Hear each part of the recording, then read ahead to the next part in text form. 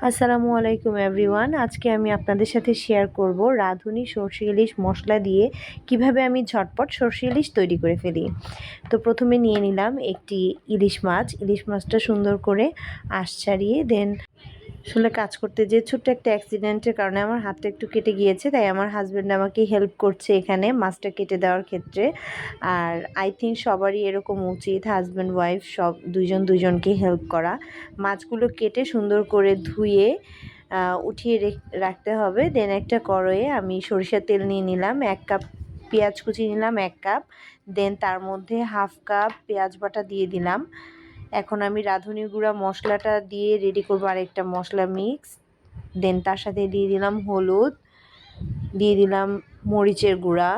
দেন একটু পানি দিয়ে গুলে নিলাম এবং ভেজে রাখা পেঁয়াজ বাটার সাথে সেটাও মিক্স করে দিলাম। দিয়ে দিলাম লবণ। এবার পানি দিয়ে ভালো মতো কষিয়ে তেল উঠে আসলে মাছগুলো বসিয়ে দিব। মাছগুলি একটু কম নাড়াচাড়া করতে হবে, খুব বেশি নাড়াচাড়া করলে মাছগুলো ভেঙে যেতে পারে। এই তো তারপরে ঝোলে পানি দিয়ে দিলাম। পূর্বে ভিজিয়ে রাখা কাঁচামরিচ সর্ষেটা এই পর্যায়ে দিয়ে দিব। এই তো কিছুক্ষণের মধ্যে রেডি হয়ে যাবে আমার মজার সরষে ইলিশ। ধন্যবাদ এতক্ষণ দেখার জন্য। সাথেই থাকবেন। আল্লাহ হাফেজ।